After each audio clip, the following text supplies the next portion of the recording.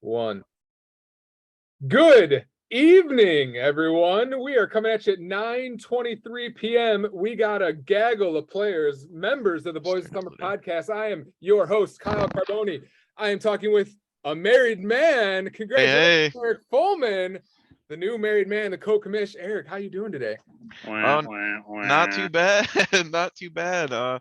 Thanks. I appreciate it. Just chilling, having a good old time, enjoying the last couple weeks of summer. So can't complain. I like this late night podcast. This is pretty sweet. It's a pretty good setup. Happy to have a few guys here. Eric, I'm going to start off with you, and then we'll go one by one. Eric, how's the season gone for you so far? Man, it's pretty much been a roller coaster. It's kind of been up and down and up and down. Very similar to what happened last year, except it's kind of weird because last year I didn't make the head-to-head playoffs by like the smallest of margins, but my roto turned out really well. But this year my roto is kind of just average, and now my head-to-head these last few weeks has really put me in a good spot. So we'll see what happens, but it's been a roller coaster. Sure has. It's been a roller coaster for some of us. Some of us in the chat here have been through quite the roller coaster. We'll get to him in a sec, but we're gonna start. I'm on the mini one. He's on like the number 9 man in the standings right now with his Angels in the Trout field. Justin, how you doing, and how's the season gone for you so far? Season's going all right. Like to be a little bit higher than what I'm at. You know, if Pete ends up putting the whooping on me the rest of the week, might be selling here rather quickly, but feel all right for right now, hanging on by threads, and see what happens after this week. Are you breaking news to us, or are you making a declaration here? No, if you look at where we're at in the head-to-head for the last week and a half, I'm in a decent spot right now. So nothing's confirmed at this point. Justin Thinger, confirmed possible seller. Possible seller. All right. We got Tyler T-Pain coming at you from the number 14 spot. Tyler, what's popping? Hey, I'm about right where I thought I would be this year. So no ifs, ands, or buts. But I think over the last 5.5 points, right where you thought you'd be? Hey, last couple of weeks I've been making some improvements. I think my pitching staff is starting to come around. I got a few deals in the works. Chris is gonna fucking hand me over Bueller. I'm gonna fucking pick up Frieden Urias, from Corey. We're gonna be looking good.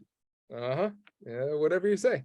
And then the man who is the conductor of the roller coaster himself, Christopher Zajac, coming at you at way down there at number 12. Our rating number 1 in the power rankings. Wow. Number down to 12th in this roto standings. Chris, how you doing tonight? My legs are sore. Just got off the rink.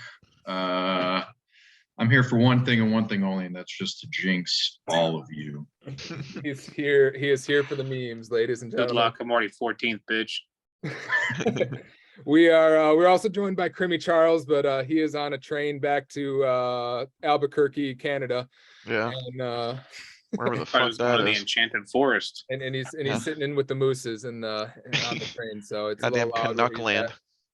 And does he have anything to say? He's moose power, baby, is what he says. We're going to jump into some trade reactions, then we'll do our power rankings, go one by one, team by team. So let's jump into our transaction history here.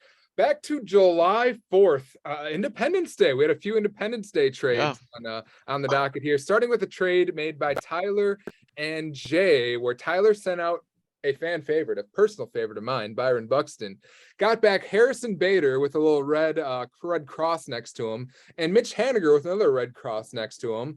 Eric, what do you make of this move for Tyler? It's an interesting one. I mean, Haniger has not really played much this year, so it's tough to say what his value is moving forward, but he's always been a pretty good bat. Last year in 2021, he was fantastic. So we'll see if he's able to kind of keep that going. But Bader, again, injured as well, but overall in the season, been a huge steal guy. Okay on the runs, but really all you're getting from him right now is steals, and you're giving up Byron Buxton, who I know we've had long debates with him over the years, but when he is healthy, he's been a really good fantasy player, and he's having really a good season home run wise, RBI wise, and runs wise. So Buxton's at a pretty good price. It's tough, but right now I think Jay got a pretty good deal on that one. Yeah, I think this deal hinges solely on Mitch Haniger because when Yeah. we talk about like who's the better fantasy player, Byron Buxton or Mitch Haniger, I think most people would probably say Buxton. But if you were to pull up Mitch Haniger's stats from last year, he had, I believe, 39 homers last year. He had 39 homers, 100 RBIs. How many times has Byron Buxton had 39 homers and 100 RBIs? And Never. then you go, oh well, Byron Buxton has steals. He's a more of a base stealer. Well, is I he? love hearing Because this. he has 2 stolen bases this year. So I mean, I like the trade for Jay because I still do think that Byron Buxton is the better fantasy player than Mitch Haniger. He's also the healthier fantasy player than Mitch Haniger. Excuse me? I think that Tyler may have gotten a better deal for Byron Buxton, but maybe not. Maybe he really likes a year of Mitch Haniger at $6. I mean, it's going to be tough to beat. I just don't know what kind of Mitch Haniger we're getting. I don't think 39 homer Mitch Haniger is the new norm for him, but it could be. Who knows? And Harrison Bader, I don't know if is Harrison Bader a keeper? I feel like he's not really a good hitter. I think 15 steals right now. So let's say he's on pace for even 24, 25 at $5. I don't know. If you're getting 25 guaranteed steals, I think that's pretty solid. But I mean, I don't know. I think it could be a keeper. All right, grade the trade. I don't think it's bad for either team. Like I said, I think Tyler very well could keep both Bader and Haniger, so it doesn't look awful for them. But Jay's in a playoff race. I like the move for Buxton in that sense. So I'm going to say A- for Jay, B- for Tyler. I think this move kind of helped Jay even start to lock up the first round bye. He's currently slotted to have a first round bye in the head-to-head playoffs. So Must be nice to be in that division. Must be real nice. yeah, trading for some injured players for a healthy Byron Buxton certainly helps you do that. Tyler, do you have any comments on the trade before I give my grade? I knew when I got Buxton that I was going to trade him. I had no intentions of keeping Buxton. Bastard. It's just every week I felt like even when I had him, it was like a red flag every single week. So it was just like, I was just looking a way to get rid of him. I know Haniger's hurt. Bader, like you said, Bader might not be a keeper, but I thought Bader was a possible trade bait for somebody, or I don't know. I like Haniger. I was hoping even if I get like 85% of what Haniger was last year, I'll be looking good for $6. Yeah, Definitely. it does seem like Buxton's like he's just gonna play like 4 to 5 days a week. That they're just gonna give him routine days off, 1 or 2 a week, and he's gonna be sore, and they're gonna every time he's sore, they're gonna bench him. But I mean, to still have 24 home runs, ain't bad. But it's 24 home runs and only 44 RBIs because when you don't play every day, your home run or your RBIs and runs scored are just not gonna be there. Those counting stats. So it's tough. I think that Byron Buxton's still an asset. I like the value there. I'll give a B all around. I think if Bader is not a keeper, then it's just Haniger for Buxton, and I think Buxton's the better player. But I think that Tyler's going to save some money with this move, and I think that both teams kind of benefited in their own way there. Next, we have Lindor, infamous Lindor, who is infamous for a number of reasons we may not get into on this pod, but trading out Lindor and Hunter Dozier, getting back Bregman and Jimenez. That was the instigators, Corey. With this trade, kind of an interesting one. My question is, I just don't really know why. I don't really, I guess from Corey's perspective, why he would really make this move. Do you have the answer to that, Eric? I mean, Jimenez and Bregman are both really good players. Is Bregman a good player? Yeah. I mean, 12 homers and 340 at bats. 49 RBIs and 49 runs scored. Good OBP. I mean, he's a little bit down this year. Is he a keeper at $34? Maybe not. It depends, but I don't think those are bad numbers. No. I mean, for a third baseman, where you kind of rely on power to only have 12 home runs, and Bregman's not going to give you steals, so he's the rare Jimenez though combo. Is Jimenez not one of probably the top $1 values, and you can play him at second base? 11 homers, 45 RBI, 7 steals, good OBP. He is. Andres Jimenez is solid. Hopefully he's on the up and up where he kind of keeps improving on that. If he's going to be like a 15-10 guy or a 15-15 guy for $1, you take it. It's not like knocking my socks off, but Crimmy sure had a lot of good things to say about keeper Francisco Lindor, and so do you, because Lindor is just a stud. He's a surefire keeper at $42 or $43 or whatever. Is he not? So you'd think you'd get a little bit better return than a non-keeper in Bregman and a Jimenez. Well, let's do the thing then. So would you rather have Willy Adames Well, we don't have to rather go have there Bregman. because that's a trade that never happened. And I that's don't know. what really I wanna feel go. like that can't just be glossed over. That's got to be touched on a little bit here. Well, would you rather have Adamas Bregman or Adamas? Right now, Willie Adamas? He's got better stats in just about every category. I think the OBP, without looking at it in front of me right now, the OBP is down for Adamas. But yes, I would take Adamas over Bregman at this And point. Adamas is also like $20 cheaper. Agreed. No, I agree with all that.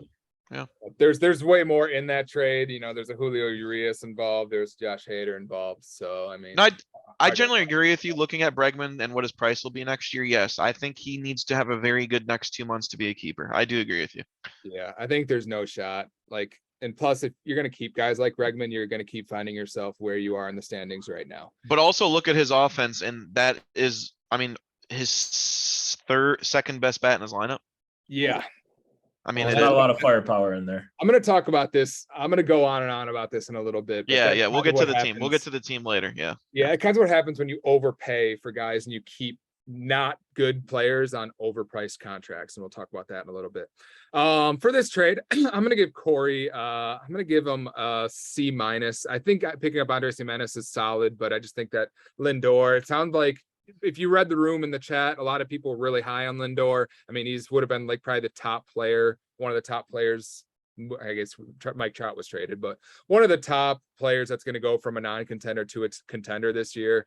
So kind of like a top trade piece, if you call it that. So to get back Bregman, who's a non-keeper, and Jimenez, he's a good $1 player, but isn't like really move the needle. I think it's just like, okay. I think the return could have been a lot better. And for Crimmy, I guess you kind of have to give it, you got to give it an A, I guess. You know, he kind of pushes chips in the middle of the table. Lindor is going to be a high price option next year. It's going to be expensive to keep. Personally, I wouldn't do it, but Kermit sounds like Crimmy will. So he's helped him out this year. It's definitely paying dividends for him so far, and it's helping him. Hopefully he can secure a playoff spot. Yeah, I'd say around the same. I'd give Corey a B minus and Krim probably an A minus here as well.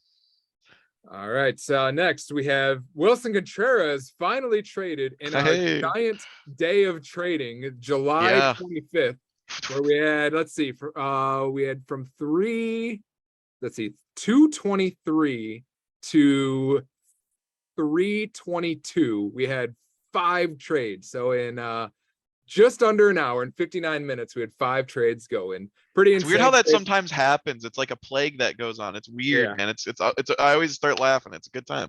I think our attention spans just kind of get bored, and we just kind of like, well, fuck it, let's just send a bunch of shit. Yeah, we get FOMO. I know someone in this lobby that gets a little bit of FOMO when too many trades are going through. But finally, we're able to dump Wilson Contreras. He finally found somebody that was able to meet your asking price for him. He sent out Wilson Contreras and Kyle Farmer, got back Mountcastle and Justin Turner. What'd you think about your return for Contreras? I like this one a lot because really what I'm missing in my lineup right now is home runs and RBIs. And granted, Contreras and Mountcastle have right around the same amount of home runs, but RBI wise, Mountcastle's got the advantage. And I think over a whole season, Mountcastle's going to get more at bats, which means more home runs. And runs are pretty close as well. I'm really hurting on the OBP, but my team overall wise is fine. So I like this move. Plus I get Justin Turner back, and Justin Turner started off. Yeah, he started off awfully this year, but I know I had him. Yeah, in this lineup, he's starting to finally turn it around. His OBP starting to become where it's used to, and I think he's going to start doing well in that lineup, hitting 5th. I mean, he's hitting 5th right now in the Dodgers lineup. So I think he's not over the last month. Yeah, I think he's going to keep rocking the rest of the season. So I would have kept Willie. I really would have. I had no problem holding on to him, but finally I was able to kind of find the right move for it. And Farmer was kind of a tack on. I have enough players on my roster where he can benefit somebody, but he just really wasn't starting for me. Yeah, 12 of you should probably look at Justin Turner's numbers over the last month: of 486 on base percentage, 4 home runs, 16 RBIs, and over the last 14 days, a 524 on base percentage. The person that shouldn't be looking at this is Justin, because Justin probably traded him at the worst time and didn't really get much for him back. He ran out of patience with him. He cut bait and cut bait a touch too soon. He might be a keeper for me by the end of the year, you know? Yeah. That's pushing it for an old guy like Justin Turner, but we'll see. Was this a product of Wilson Contreras playing bad and the price coming down, or was it just somebody finally getting an offer that met your needs? kind of an offer that met my needs. And also, there's a guy on the Orioles. I don't know if you've heard of him. His name's Adley Rushman, and he's actually starting to play really good baseball. So I'm very, very confident with him moving forward as my catcher for the next couple of years. So I kind of found the right move that I needed, and it made sense. I don't see too much of a downgrade from Contreras to Mountcastle, and I get Justin Turner. All right. For this trade, I'll give each side a B, and I'll kind of ho-hum. I think both sides probably got better. No, you know what? Nope, I lied. I'm gonna go with Nosh. I don't know. I really don't know. I'm gonna call an audible. Chris, what do you think about this? Yeah, I was gonna say we got some other people in the room, and we're always hearing real quick. What do other people think about it? I don't know.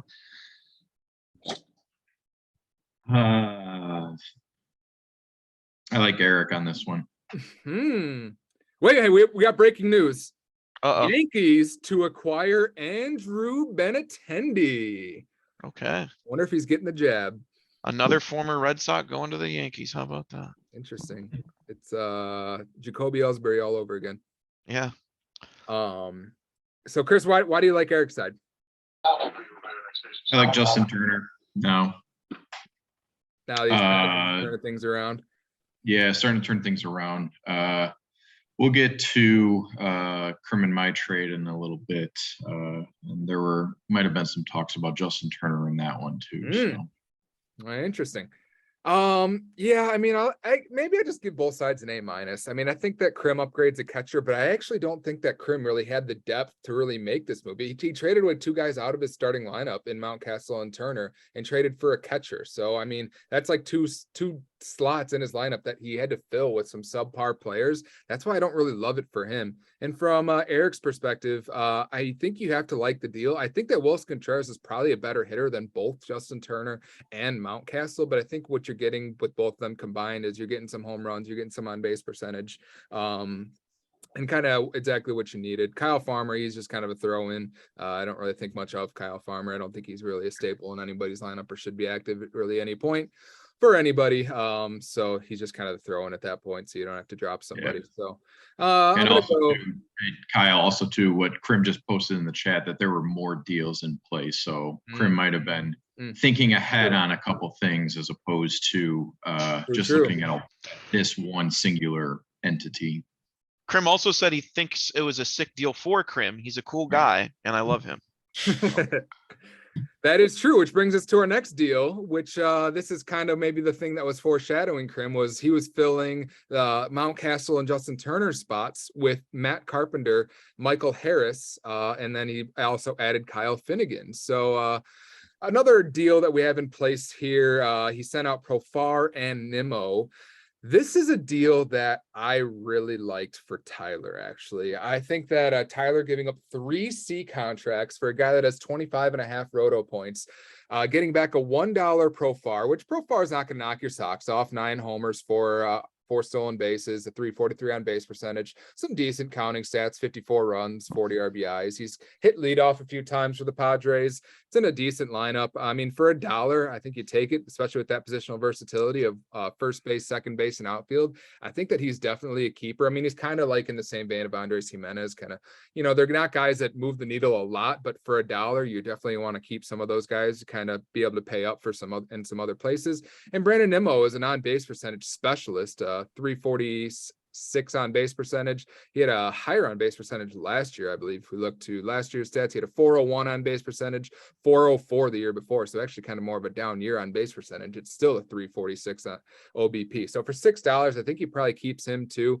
Hitting in a good Mets lineup. He hits leadoff. What's his, he's got 59 runs. What kind of pace is that? He's on pace for over 100 runs scored, right? Pretty close. Yeah, right around there. Pretty close anyway. So I like this deal for him. He gave up 3 C contracts, nothing a part of his future. Michael Harris is definitely a solid asset. I think that Kyle Finnegan's a 0 and Matt Carpenter's been tearing the cover off the ball, but I don't know what his long-term value is going to be. What do you think, Eric? I think this is a win now move clearly for Krim. This is, he's been kind of struggling. July's been a tough month for him. Krim's been struggling in the head-to-head standings, trying to stay alive, trying to keep keep pace. And I think right now you're taking Michael Harris in your lineup over Nimmo. But again, I like this for Tyler because I think Nimmo is an easy $1 keeper. Matt Carpenter, again, like you said, tearing the cover off the ball. Tyler really doesn't see much value in him this year. So again, if Carpenter keeps this pace, I think Krim hugely wins in this trade for this year. But again, Tyler got Jurix and Profar, who again, we'll see if he keeps up what he's doing. Profar's never really lived up to his high prospect ranking that he Still had young, coming right? in. He's been in the league a while. He's I don't know if he's 29. young. Yeah, he's 29. So I don't know if he keeps it up. I want to say like 7 of those home runs out of his 9 came in like the first month. But again, for Tyler's team, I think it's a keeper because he can go into next year's draft with a lot of low price guys. So I think this makes perfect sense for Tyler, but also as a win now move, if Harrison Carpenter can get inserted into Krim's lineup, it's a win now move for him. So I really like it from both sides. You got to tip your cap. Crimmy just whipping it out, showing the big old balls that he's got, making some of these moves, trading away 2 probably surefire keepers. I know I've tried to scoop up Nimmo a few times from him this year, so I know he kind of planned on keeping him Profar as well, to kind of push the chips into the middle of the table and make a move like this. Sorry, real quick, just to say, Michael Harris has played in 54 games. So if you times that by 3, and obviously not everyone plays 162 games, but he's almost a 30-30 player. Now, who knows if he keeps that pace, but he's a guy to look out for in next year's draft because that's a hell of a pace right now. Next year's Cedric Mullins. Who knows? Yeah, I think it's solid. I'm gonna give Krim. I'm gonna give him an A-. I'm gonna give Tyler an A+.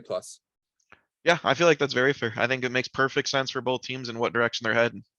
The only downside I will say here, because of course I'm always going to be critical of Crimmy, is that Crimmy is not a lot. I don't know. Is that Crimmy trying to chime in or what? Moose.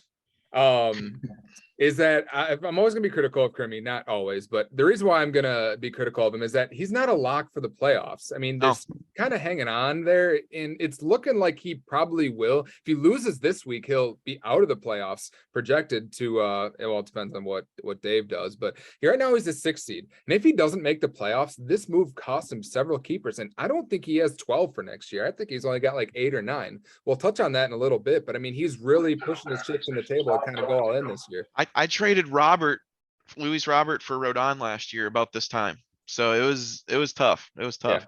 Yeah. Crimmy, you got something to say? You're unmuted. No, he's Check by future schedule. Yeah, we don't have time for that unless you want to run 6 hours. Then we can check everybody's future schedules and make predictions on their wins and losses. All right, we'll move on to our next transaction, which is Rowdy Quick 1 for Tellez 1. Yeah. for Franmil Reyes. Big money move here, not really. I think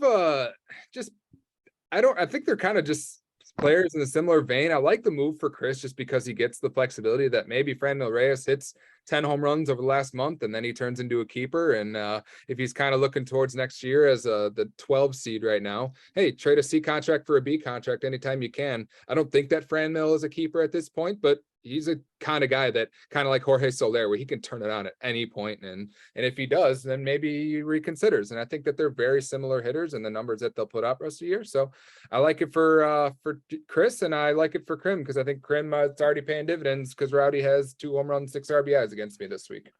Yeah, I mean, if this you summed it up perfectly. Another win now move for Krim. That's 4 C contracts acquired.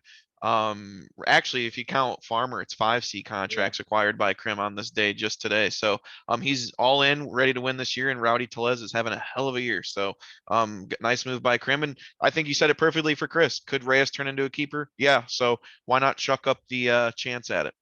Yeah. 20 homers, 64 RBIs for Tellez. So I think that Tellez is the better hitter, but obviously he can't be kept. So I think a good move for both. I'll give an A to both. Yeah, I agree. How much negotiation went on in this trade, Chris? A lot, because there were pieces that were involved in previous trades that we were talking to. So it got to the point where Krim and I were in discussions, and all of a sudden he traded like 2 of the guys that I wanted. And it's like, okay, well, it's going to be a 1-for-1 now. Yeah. That's it. Yeah, he just said it dwindled down to 1-for-1. I love this. But yeah, I like Rowdy has had the same season as Eric has had as a manager, like just up and down. Like there would be times where he would get 5 home runs in a week, and then there would be times where he'd go 3 weeks without a homer and an RBI. And it's just like, I hated like having to decide to put him in my utility spot or not, but I figured, you know what, it just get him off. He's a C contract. If someone wants him, take him. And then, like you said, B contract for Fran Mill. We'll see if he turns it on or not. Yeah, I think win-win. I think we might have time for one, maybe two more before we got to cut for a break, for a commercial break from our sponsors. Next one, we have Chris making another deal. His second of 3 deals he made on the day, which was he sent out Drury, Eric Lauer, and Dylan Moore, got back Patrick Wisdom. So we don't have to get the Patrick Wisdom offers anymore. And then Ryan Helsley. Chris, what do you think? This was another, like, on Monday, I had at least 4 phones working, trying to figure out which pieces were coming my way, which ones were going out. So this was all about, we'll talk about the next one coming up here in, a couple minutes, but, getting a reliever in, might not be the best reliever or the best closer, but at least something to cover, because I had a couple that were on the IL. And then, Eric Lauer had been another candidate for like a roller coaster season. I wasn't trying to get rid of him. I've had a couple inquiries from Phil previously about Lauer, so I finally pulled the trigger on that one. And then obviously I got Drury previously, and I was looking for at least some. I know Drury's been hitting dingers, left and right. That's something that I needed, but I kind of saw a little bit of value in Wisdom. So we'll see. We'll see where it happens. Yeah, Wisdom was always a tricky guy to kind of project and figure out what his value actually is, because kind of going into this year and even after the first month, you're like, well, is he going to be an everyday player? Are the Cubs going to play him every day? Is he a part of the future? Or is he not a part of the future? Are they going to trade him? Are they going to, try and bring in somebody a little bit younger to try and platoon there? Is he going to strike out too much to be fantasy relevant? What is his actual value? But when you look at the raw numbers, you can't really argue with what he's done so far. 17 homers, 47 RBIs, 48 runs scored. His on base percentage is surprisingly higher than I expected it to be at 317, and 6 stolen bases. So he's kind of helping you in almost every category. He's not really helping you on base percentage, but he's not hurting you. So he's been a valuable piece for I think a $4 a contract. So decent bat. Eric, you got about 20 seconds. I like Wisdom, but honestly, Lauer could be a keeper in himself. So I like what Phil got back in Lauer in that A contract. 100 innings, 103 strikeouts, 3.84 ERA. Not great, but it's really kind of a toss up. Wisdom or Lauer, who do you like more? And that's kind of the brunt of that trade. Yeah, Lauer started off hot, but he's kind of come back down to earth, kind of with the rest of Chris's team. So I think he may have cashed out at the right